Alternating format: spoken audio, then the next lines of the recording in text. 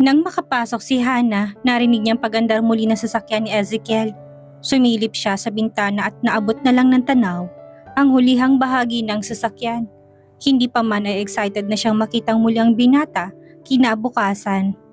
"Ginabi ka na naman, Hana? Naghapunan ka na ba?" Napakislot pa si Hana nang magsalita ang lola niya mula sa likod. Agad naman siyang nagmano dito at ngumiti. "Tapos na po, Lola. Bakit hindi pa po kayo natutulog? Alam mo namang hindi ako nakakatulog hanggat hindi ka dumadating. Tila yata may naghatid sa'yo ngayon." Umupo ang lola niya sa silyang tumba-tumba, saka nagpaypay ng abaniko. 62 na ang lola niyang ito na ang ina ng kanyang nanang. They have the same last name dahil hindi pinagamit ni Joel ang apelyido nito sa kanya dahil sa pagtatago na nagkaroon ito ng anak sa nanang niya. Hanggang ngayon ay Lauricio ang daladala niyang apelyido. Kaibigan po yun ng boss ko, La. Kilala ng matandang mga Dalprado dahil halos magkakilala naman ang mga tao doon. Minsan din ay nadadala niya ito kapag may mga okasyon sa hotel tulad ng anibersaryo at Christmas party. "Inalok po ako ng scholarship kaya makakamenos na po tayo sa gastusin ko sa school." "Abay, napakabuti naman pala ng taong yon. Mabuti naman at nang hindi ka na mamumroblema pa. Minsan ay nahihiya rin ako hindi man lang kita masuportahan sa pangarap mo. Kung hindi lang sana maagang binawian ng buhay ang nanang mo, ay hindi ka mahihirapan ng ganyan, anak." "Naku, si Lola talaga. Napakalaking tulong na po nang hinahayaan niyo kung tuparin ko ang mga pangarap ko. Nauubos nga ang pensyon niyo sa akin. Kailangan niyo patuloy magtinda ng gulay para makaraos tayo araw-araw." "Ganun po talaga ang buhay. Kailangan magsikap. Sa inyo, kaya ako natutuga noon." Pinasigla ni Hana ang boses para hindi makaramdam ng ano paman ang lola niya. "At natutuwa ako, anak. Nakikita kong malayo ang mararating mo. Kung nasaan man ang nanang mo ngayon, ay tiyak na masayon para sa'yo. Alam kong ginagabayan ka niya. Sige na ho, Lola, magpahinga na kayo. Maaga rin po kung aalis bukas dahil sa hapon dadaan ako sa school para magpa-enroll." Tumayo naman ang matanda at sinipat ang saraduhan ng mga pinto. Saka nagtungo na sa silid nito. Pumasok na rin siya sa silid niya at nagbihis ng damit pambahay. 3 ang silid na yon sa bahay ng lola niya. Dito sila naninirahan nung nagsama-sama pang nanang at tatay Joel niya. Ang ibang bahay na nakapalibot sa kanila ay mga kamag-anak rin nila sa side ng lola niya. Maliit lang ang kwarto niya. Ang mga estante ay puno ng libro mula noong high school. May 2 photo frame na nakasabit sa dingding na larawan niya nung nagtapos siya ng high school. Kasama siya sa top 10 at lola niyang nagsabit ng medalya. At dahil maaga siyang naulila sa ina ay wala silang family picture. Ang tatay Joel niya ang mga panahong iyon ibala lagi sa trabaho at pagbawi sa oras na nawala nito sa totoong pamilya. Kahit paano'y kinainggitan ni Hana ang kapatid sa ama, Hailey lived comfortably even when their father left them. Maalban ang buhay ng mga ito dahil may kayang ina nito kahit paano. Nang tumira siya doon ng ilang taon, matapos mamatay ng kanyang nanang ay nainggit siyang lagi sa mga bagong laruan nito. But Hailey didn't really treat her as a sister. Kahit man lang ang pinaglumaan nitong laruan, hindi niya mahawakan. Mabait naman ang ina nito sa kanya kahit paano. Pero habang lumalaki sila ni Hailey ay lumalayo lalong loob nila sa isa't isa. Kung siyang tatanungin ay gusto niyang maayos ang relasyon nilang magkapatid. Ngunit si Hailey mismo ang lumalayo. Kaya nang tumuntong siya ng high school ay nagpaalam siyang babalik na muna sa poder ng lola niya. Ngayon ay mas panatag ang kalooban niya kahit na minsan ay namimiss niya ang ama. Ibinagsak ni Hana ang likod sa malambot na kama na munting sumagi sa isip si Ezekiel. Pilit niyang iniignora ang mga senyales na baka may gusto sa kanya ang binata. Baka sadyang mabait lang ito o baka naaawa sa kanya. Napakatayog ng pangarap niya kung aasamin niyang sana'y ligawan siya nito. Pero kung nanaisin niyang magkaroon ngayon ng kasintahan, ay katulad ni Ezekiel ang gugustuhin niya. Maagang nagising si Ezekiel kinabukasan para sa pagpunta niya sa bahay nila Hailey. 6:00 nang tumawag siya sa lobby ng hotel para kausapin si Hana, ngunit wala pa raw ito doon. Napabuntong hininga na lamang siya. Hindi niya maintindihan ng sarili kung bakit nagugulong isipan niya ng babaeng yun. That just hearing her voice over the phone can really make his day. Pagkatapos ng almusal, bumaba na siya sa hotel at tumuli sa parking ng mamataan niyang pagbaba ni Hana mula sa tricycle. Wala pang 7:00 nang tingnan niya ang orasan. He was about to call her attention when another man approached her. Isa ring staff ng hotel ayon na rin sa suot na uniform. Nasa likod ng isang kamay nito at nagulat siya nang ilabas nitong kamay at may hawak na isang rosas at inabot sa dalaga. Nakita niya pangiti ni Hannah sa lalaki at sabay ang mga itong pumasok sa pinto ng hotel. He clenched his jaw. That sight didn't make his morning good. Paharurot niyang pinaandar ang sasakyan at pilit na winawak sa isip si Hannah. Kinuha niyang cellphone sa bulsa at binasa ang text na galing kay Hailey para sa address nito. Tinext rin niyang papunta na siya doon. It was more or less 30-minute drive. Binuksan niyang stereo sa kabinabang bintana ng sasakyan at pinuno ng hangin ang dibdib. Makalipas ang kalahating oras ay narating niyang bahay ni Hailey. Natanaw niya ito sa veranda. May dalang tasa at katabi nitong isang matandang lalaki who might be her father. Pinasok niya sa sasakyan sa isang malawak na bakuran. May 2 palapag ang bahay nila Hailey. Sinalubong naman siya kaagad nito pagkababa niya ng sasakyan. "Kamusta ka? Hindi ka ba nahirapan dito?" Ngumiti naman kaagad ito at giniya siya papasok ng bahay. Naroon ang ama nito at ipinakilala siya bilang kasintahan na hindi niya tinutulan. "Magandang umaga ho," magalang niyang bati. Matanda na ang tatay ni Hailey at may kapayatan. Ang ina naman nito'y nasa 50 pa lang marahil at masigla pa kung kumilos. Naghahanda ito ng almusal pagpasok nila sa komedor. "Halika na kayo't nakahain ng mesa." Wika nito, "Alam kong napagod ka sa biyahe mo mula Maynila. Kahapon pa ho ako dito sa Ilocos. Sa Luxan Hotel ho ako tumutuloy." Pagtatama niya, "Bakit doon pa? May bakanting silid naman dito sa bahay. Para hindi ka na sana gumastos pa. Kaibigan ko hong may-ari ng hotel. Madalas ho ako doon dati pa." Gusto ni Ezekiel na tumangging kumain pero dahil nilagyan na ng kanin at longganisang vegan, ang pinggan niya napilitan na rin siyang sumubo. Masaya namang nagkwento si Hailey ng mga kaganapan tungkol sa pagbubuntis nito na ngayon ay nasa ika-6 na buwan na. Kailan niya naman balak magpakasal nitong anak ko? Ang ama nito ang nagsalita. Hindi si Ezekiel nakasagot bagkus ay tumingin kay Hailey. Iniwas nitong paningin sa kanya na tila naghihintay rin sa isasagot niya. Tumikim muna siya bago sumagot. "Pag-uusapan pa lang po namin ni Hailey kaya ako nagpunta dito." "Mabuti kung ganun, malaki na ang tiyan ni Hailey. Mabuti siguro kung matapos na lang niyang manganak." Tila may bumara sa lalamunan ni Ezekiel at hindi na malunok ang pagkain. Bago siya nagtungo dito, inihanda niya ng sarili sa kaalamang sa huli magpapakasal pa rin sila kapag pinilit ng mga magulang ni Hailey. Pero tila ngayon ay tumututol ang isipan at damdamin niya. Nakatayo siya sa silong ng mangga sa bakuran nila Hailey. Nakatanaw sa bukiring abot ng kanyang mga mata. Napakatahimik ng lugar na ang maririnig lang ay mga huni ng ibon sa puno. But he doesn't feel calm. Mas nagre-revolusyon ang dibdib niya nang ipahiwatig ni Hailey kanina sa kainan na pumapayag na itong magpakasal sila. "May problema ba, Zeke?" Hindi niya namalayan na sa likod na si Hailey at kanina pa nakatingin sa kanya. "Napansin ko hindi ka na mapalagay mula kaninang mabanggit ang kasal natin. I thought you said you want to marry me." Tila may tampo sa himig nito. Umupo ito sa bench na nasa silong ng puno habang nakatingin sa kanya. "Do you really want to marry me? I know it's the right thing to do but..." Ano nga bang sasabihin niya? Responsibilidad pa rin niya si Hailey at ang bata gaano man kakomplikadong nararamdaman niya. "What made you change your mind?" Tanong ni Hailey nang mabasang pag-aalinlangan niya. Would he tell the truth? Anong sasabihin niya? He just met Hannah yesterday. Hindi niya alam kung saan patungong umuusbong na damdamin niya dito. Kailan mo gustong idaos ang kasal? He swallowed a lump in his throat. Tila ba kamatayan ang binanggit niyang iyon. "I know you don't love me, Zeke. You're just being honorable by asking me to marry you. And you know how I love you." Pumatak ang luha nito na kaagad ding pinunasan ng likod ng palad. One thing he hates is to see a woman cry in front of her. Lalo kung ina ito ng magiging anak niya at siya ang sanhi ng pag-iyak nito. "Hailey, regardless of our circumstances, I will marry you. I told you that. Kaya nga ako nag-resign sa kumpanya, hindi ba? Pero nakita kong alinlangan sa mga mata mo ngayon lang, Zeke. At ayoko matali ka sa akin dahil lang sa isang responsibilidad.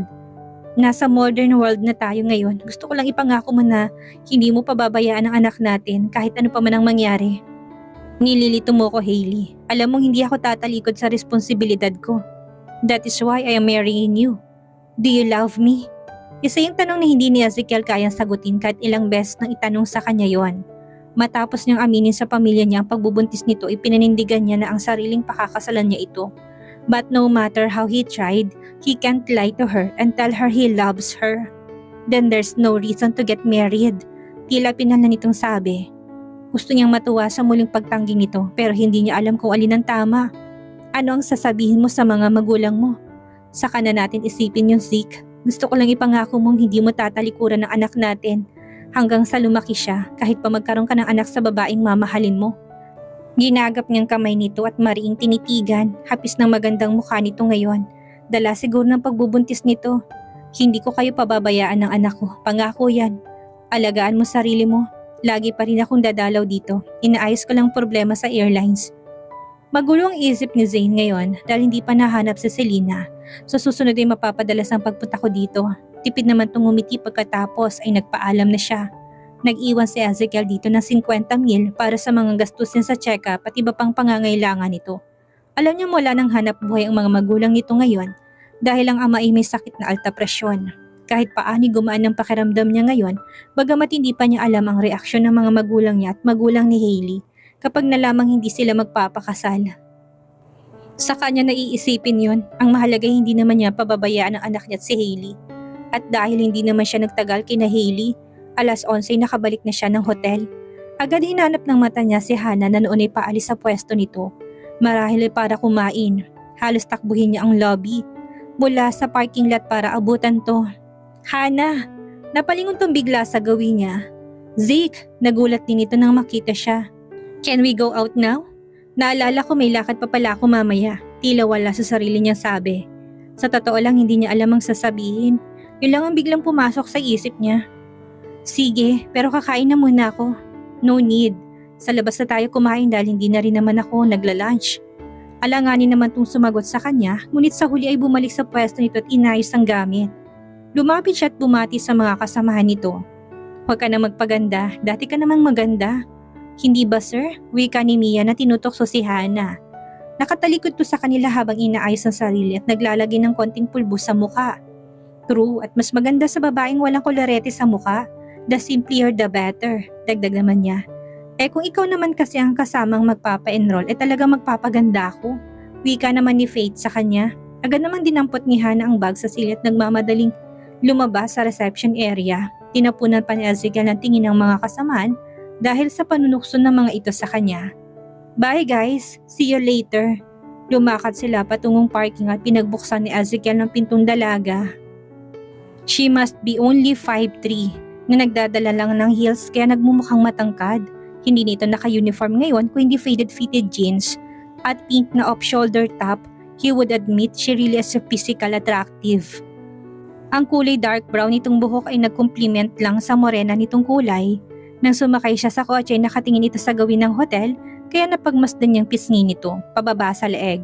Makinis at pinong balat nito, the image of him kissing her jaw came to mind and he dismissed his thoughts immediately. Kailangan niya mapanatiling matinong kaisipan. He grabbed her seatbelt and put it on himself. Wrong move. Dahil nang madikit siya sa makinis at malambot nitong katawan ay agad umahon ang init sa sariling katawan. Nagulat din ito sa ginawa niya at napahigit to ng hininga. Her face turned red. Kahapon hindi ka naka-seatbelt. Tila pagalit niyang sabi para bigyang katwiran ang ginawa niya sa kapinaandarang sasakyan. Hindi naman nagsalita si Hannah na ibinalik ang tingin sa labas. Saan mo gustong kumain? Tanong ni Ezekiel dito nang hindi pa rin to nagsasalita matapos ang ilang minuto. Did it scare her? Pero maamo naman ang mukha nito at wala sa anyo nitong takot. Kahit saan, sana nga sa hotel na lang para hindi ka na gumastos. Okay lang naman. But I hate to eat alone kaya naisip kong sa labas na lang total kasama naman kita. But if you are looking for a good food, Loxent Hotel offers the best cuisine in town. Yeah, I agree and best company too. Wika niya't nilingon ng dalaga. He was referring to her at nakita niyang umititong tila kinikilig. And he's happy to see her smile like that. Nang may makita siyang isang fine dining restaurant na malapit sa universidad nito, ay niliko niya ang sasakyan. Bumaba siya at pinagbuksan ng pinto ang dalaga. Habang papasok sa kainan ay hawak niya ito sa siko. Si Hannah tila napasa sa pagkakahawak sa kanya ni Ezekiel sa siko na tila sila magkasintahan. Kanina pa niya tinatagong kilig, kaya sa labas lang niya itinuon ang paningin habang tumatakbo ang sasakyan. Hindi niya alam kung anong totoong pakay ng binata sa mga ipinapakita nitong kabaitan. Baka sadyang ganun lang ito kahit sa iba. What's your order? Tanong nito sa kanya na makaupo na sila sa pandalawahang mesa. Ikaw nang bahala, sagot ni Hana. Inabot pa rin ito sa kanya ang menu book kaya napilitan na rin siyang buklatin iyon. Narinig niyang umorder to ng 2 chicken barbecue at 2 fresh orange juice. You look tense. I told you to smile often. Do I scare you? I'm sorry, nahihiya lang kasi ako. Hindi ako sanay kumain kasamang isang estranghero. At saka hindi rin ako makapaniwala na bukod sa pag-alok mo sa akin ng scholarship, kailangan mo pa akong samahan. Pag-amin ni Hana, I understand pero isipin mo na lang na ginagawan mo ko ng pabor. I need a good company for at least until tomorrow. Wala si Russell and I'm bored. Kung hindi lang mahalagang sadya ko dito, uuwi na ako ng Maynila. Ano nga palang sadya mo dito? Pinilit niyang maging kaswal at tanggalin ang kaba. He was being friendly pero heto siya, aarte-arte pa. May mga inaayos lang akong personal na problema. Once it's settled, I will tell you about it. Nagkibit-balikat na lang si Hana sa sagot nito. Kung personal na problema ang pinunta dito, ay wala siyang karapatang magtanong. Ilang taon ka na nga pala? Tanong niya. Nang magsimula na silang kumain. 28. Wala ka bang balak mag-asawa? Are you fishing? Nakangiti nitong tanong. Binitawan nitong kubyerto saka ipinatong ang mga braso sa mesa at matiim siyang tinitigan. Nagregodon na naman ang puso ni Hana. Sa titig nito, but she tried to compose herself. I'm just trying to make a conversation. Sinalubong niyang ngiti nito at nakipagtitigan. Ikaw, boyfriend mo ba yung nag-abot ng bulaklak sa'yo kanina? Napakunot noo si Hana nang ma-realize ang sinabi nito. Nakita pala nito nang inabutan siya ng bulaklak ni Simon. Hindi ko siya boyfriend at wala akong boyfriend. So, manliligaw pa lang? Dinala ni Ezekiel ang basa sa bibig at lumagok habang nakatitig pa rin sa kanya. Nagkibit-balikat ulit siya. Hindi ko pa iniisip ang mga bagay na yan. Marami pa akong pangarap. Marami pa akong gustong mapuntahan. Like, gusto ko maging flight stewardess balang araw para makapunta sa iba't ibang lugar. You can marry a rich man. Magagawa mo rin naman yun. Pilosopo nitong sabi. I don't need a man to fulfill my dreams for me. Kaya ko ibigay yun sa sarili ko. Kaya nga ako nagsisikap para mag-aral, hindi ba? Ikaw, mas gusto mo bang i-provide na lang sa girlfriend mong gusto niya kaysa sa magsikap siya at kunin yun sa sarili niyang paraan? Well, if my girlfriend happens to be you, I'd rather buy 2 tickets and we can fly to the ends of the earth together. Napangiti lang si Hana sa sinabi ni Ezekiel dahil na-conscious na rin siya sa pagkakatitig nito sa kanya. Nasa campus na sila ng universidad nang tawagan ni Ezekiel si Russell. Kalahating oras na siya sa labas ng faculty pero hindi pa lumalabas si Hana nang sabihing may papipirmahan pa ito sa dati niyang professor. Maraming estudyanteng naroon dahil halos deadline na ng enrollment. Hey bro, I'm with Hana. Do you know someone here that can help us process her school paper immediately? You know, I hate waiting. Nagulat naman ang kausap nang malamang magkasama silang muli ni Hana ngayon. Napaka-special na scholar mong yan, Ezekiel. Personal mo pang sinamahan? Did you offer her also a condo and a car? Sarkastikong tanong nito. Don't overreact, Ras. Wala naman akong gagawin sa hotel so I just offered a company. Hailey also needs a company. Lalo ngayong ilang buwan na lang ay manganganak na. Leave Hana alone, Zeke. Okay, never mind. Wika niya na para putulin ang ano pa mang sasabihin nito. Narinig niya humugot ng malalim na hininga ang kaibigan. Look for Mr. Faustino. He's the head of the accounting department. Make sure you give him 1 round trip ticket to Hong Kong after. I'll make it too. Thanks bro. Binabaan niya na ang telepono sa pinagtanong opisina ni Mr. Faustino. Nang makausap ang lalaki, binalikan niya si Hana sa faculty room. Pilit tinanap sa gitna ng mga estudyanteng naroon. Isiniksik niya sarili para makalapit sa dalaga sa hinila ito palabas. Ibigay mo sa akin ang mga requirements mo. I found someone who can help us. Sinama niya ito sa opisina ni Mr. Faustino at nahintay sila ng halos 15 minutos. Pagkatapos niya makuha ang mga resibo, nag-iwan naman siya ng 2 complimentary ticket papuntang Hong Kong. Kay Mr. Faustino na tuwang-tuwa sa hindi inaasahang regalo. Nag-iwan din si Ezekiel ng calling card para hanapin siya kapag may kailangan ito sa Maynila. Iba talaga mag-usap ang mga mayayaman Wika ni Hana habang naglalakad sila palabas ng campus. Hindi siya sumagot. Hinayaan naman siya nitong hawakan pa rin ng kamay niya hanggang sa makarating sila sa parking sa labas ng university. Maaga naman tayong natapos. Babalik na lang ako sa hotel. Sayang ang oras. Pwede pa naman ako magtrabaho hanggang alas 6. Wika ng dalaga nang paandarin niya ang kotse. You're too hardworking. Can you slow down a little? Magmerienda muna tayo saka kita ihahatid sa inyo. Kapag pumapasok ka na nawawalan ka na ng oras sa bahay niyo dahil hahabulin mo rin ang oras mong nawala sa hotel. Ganun talaga. Kapag nakagraduate naman ako, makakabawi din ako kay Lola. Where is your parents, if I may ask? Namatay sa aksidente si Nanang, si tatay naman may ibang pamilya. I'm sorry about that.